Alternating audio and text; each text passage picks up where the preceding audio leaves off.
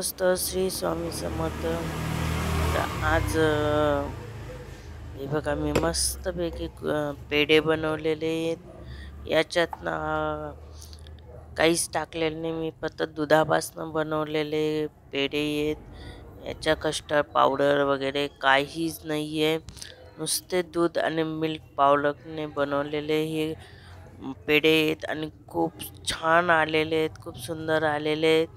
तर चला मग बघूया हे पेढे मी कसे बनवले आणि काय काय या साहित्य लागणार आहे।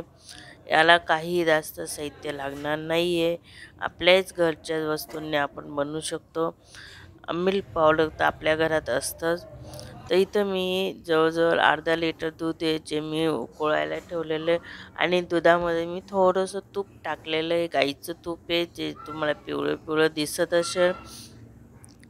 गाईचं तूप टाकलेलं आहे आणि त्यानंतर मग असं हलवत राहायचं।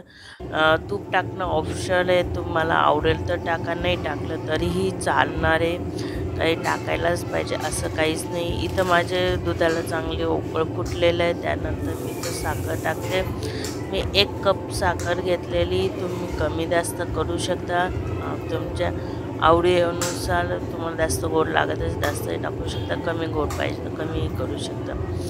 आणि इथे मी 1 कप टाकलेलं आहे। आता हे चांगलं उकळू देऊ आणि चांगलं आटून घ्यायचं आहे। जवळजवळ आपल्याला पुन्हा तो खवा तयार करायचा आहे पेढ्याचा, लाडू बनवायचा, आपलं पेढे बनवायचा जो खवा असतो तो तयार करायचा आहे। तर हे पूर्ण आटून घ्यायचं आहे आणि आटवताना एक लक्षात ठेवायचं, हलवत राहायचं आहे, तिथं हे करायचं नाही। आता इथं चांगला उकळ फुटल्यानंतर इथं मी मिल्क पावडर टाकते, हे मी 1 चम्मच कप मिल्क पावडर घे, ते बी चांगलं मिक्स करून घ्यायचं आहे, गठोळी राहायला नको आहे। आणि मस्तपैकी हे चांगले मिक्स करून घ्यायचं आहे, जेवढं चांगलं मिक्स करता येईल तसं चांगलं मिक्स करायचं। तुम्ही बघू शकता मिल्क पावडर टाकताच आपलं दूध घट्ट व्हायला लागलेलं आहे, तुम्ही बघू शकता बऱ्यापैकी घट्ट होऊन गेलेलं आहे। आता हे चांगलं आपण त्याचा खवा तयार करून घेऊ, मग त्याचं आपण मिल्क पावडर बनवू। इथं माझं ना म्युझिकचा आवाज येत असेल तुम्हाला, आमच्या शेजारी लग्न आहे म्हणून त्याचं म्युझिक येतं आहे, आवाज तुम्हाला माझा आवाज येतो आहे का नाही काय माहिती। आणि त्यानंतर हे बघा हे किती घट्ट होऊन गेलेलं आहे, तुम्ही बघू शकता, बघा पूर्ण घट्ट झालेलं आहे। आणि हे बघा हे किती घट्ट होऊन गेलेलं आहे, हे पूर्ण कोरडं करून घ्यायचं आहे, घट्ट करून घ्यायचं। गोळा एक तयार करायचा आहे आपल्याला आणि तो तयार होत नाही तर तसंच हलवत राहायचं आहे, कारण की आता खाली लागायचे जास्त चान्स असतात, म्हणून मग इथं नुसतं पूर्ण हलवत राहायचं आहे। पूर्ण हे करत राहायचं, गोळा करत राहायचं सगळे। हे बघा हे बऱ्यापैकी आता घट्ट होऊन गेलेलं आहे, तुम्ही बघू शकता। तरी आपल्याला अजून थोडंसं आटून घ्यायचं आहे, गोळा करून घ्यायचा, पूर्ण असा एक गोळा व्हायला पाहिजे नाही, थोडंसं अजून तरी दूध आहे आपलं त्याच्यामध्ये, म्हणून मग अजून पूर्ण हलवून घ्यायचं आहे। हे बघा या पद्धतीने, हे बघा तुम्ही बघू शकता पूर्ण गोळा तयार झालेला आहे। आणि आता पॅनला बी सोडायला लागलेलं आहे, हे बघा तुम्ही बघू शकता, जे मी तूप टाकलेलं ते वरती यायला लागलेलं आहे आणि पॅनला लटकत नाही आहे, ते सुटायला लागलं पॅनपासून, हे बघा तुम्ही बघू शकता। तर याच कंडिशनवर आपण बंद करून देऊ, पण तरी अजून थोड्या वेळ चालू करून देऊ, चालू राहू देऊ, अजून थोडंसं हे करून घेऊ आणि नंतर मग गॅस बंद करू। हे बघा बघू शकता तुम्ही पॅनला पूर्ण सोडायला लागलेलं आहे ते, आणि आपला पूर्ण गोळा तयार झालेला आहे। आणि थंड झाल्यावर अजून ते हे होईल। आता इथं एक गॅस मी बंद केलेला आहे आणि आता हे पूर्ण आपण थंड होऊ देऊ आणि त्यानंतर यांचे छोटे छोटे गोळे करून पेढे तयार करून घेऊया। तर मग चला मग बघूया। आता माझं थंड होऊन गेलेलं आहे आणि हे मी आता डायरेक्ट खाली बसली, मी काल माझे पाय दुखायला लागले होते। आणि आता हे ना आपण मिक्स करून घेऊ सगळं आणि त्यानंतर मग हे तसं मिक्स करायची गरज नाही आहे, कारण की ते सगळं व्यवस्थित झालेलं आहे। आता इथे आहे ना मी हे मी ना बदाम ऑनलाईन मी मागवलं तर बदाम बारीक करायचं, तर मी अजून टेस्ट केली नाही की कसं आहे काय आहे.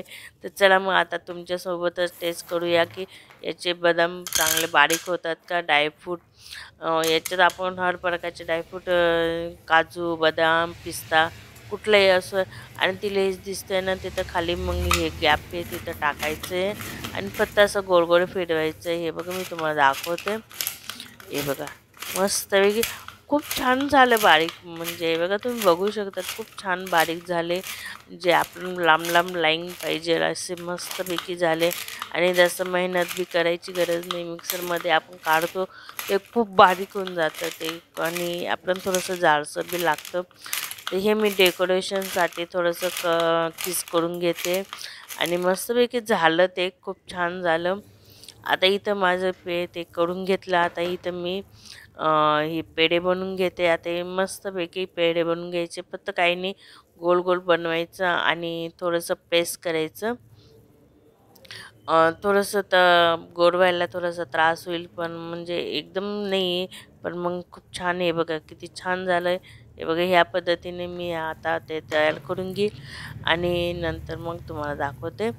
मग काही नाही, जास्त काहीच मेहनत करायची गरज नाही आहे. फक्त गोल गोल करायचे आणि प्रेस करून द्यायचं आणि त्याच्यात थोडेसे बदाम, आपण बदाम जे किसले ते ड्रायफ्रूट ते ठेवून द्यायचे. बदामच्या ऐवजी तुम्ही पिस्ता पण घेऊ शकता. तसं काही नाही, तुमच्या आवडीनुसार तुम्ही कुठलंही लावू शकता, तिथं काही नाही. आणि तुम्ही पाहिजे तसं, नाही तर प्लेन ठेवले तरीही चालतील. तुम्ही माझा मागचा व्हिडिओ बघितला असेल, कस्टर्ड पावडरचे मी पेढे बनवले होते वनिला.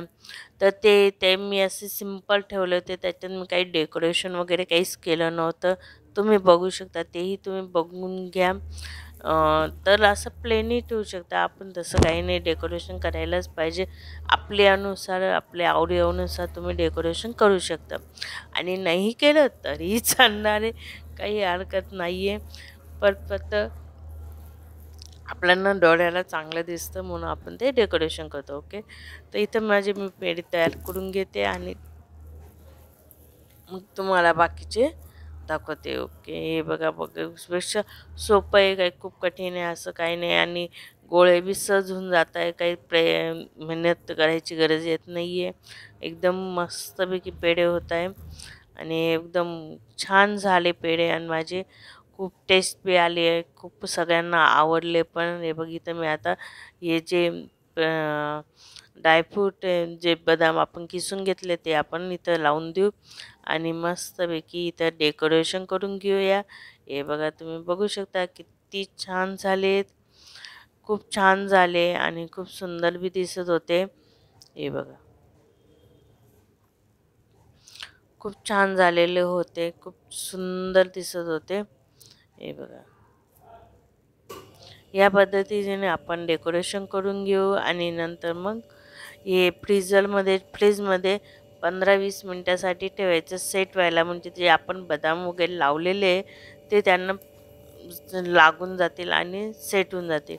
तर हे मी आता 15-20 मिनटासाठी फ्रीजमध्ये ठेवते. हे बघा मी 15-20 मिनटानंतर फ्रीजमधून काढले. हे बघा तुम्ही बघू शकता एवढे पेढे झाले माझे तेवढ्या दुधामध्ये. आता मी एक तुम्हाला कट करून दाखवते. खूप छान झाले होते पेढे. हे बघा तुम्ही बघू शकता खूप छान झाले. हे बघा खूप सहज असं हे होतं आहे आणि खूप सुंदर झाले आणि चवही खूप छान आली त्यांची. मला खूप आवडले, म्हणजे मलाच काय सगळ्यांना, आमच्या घरात सगळ्यांना आवडले. तर हे बघा तुम्ही बघू शकता खूप छान आले. तर ही माझी पेढ्यांची रेसिपी तुम्हाला कशी वाटली मला कमेंट करून नक्की सांगा. आवडले असेल तर लाईक शेअर आणि माझे चॅनल सबस्क्राईब नक्की करा. पुन्हा भेटूया पुढच्या व्हिडिओमध्ये. तर बाय. श्री स्वामी समर्थ.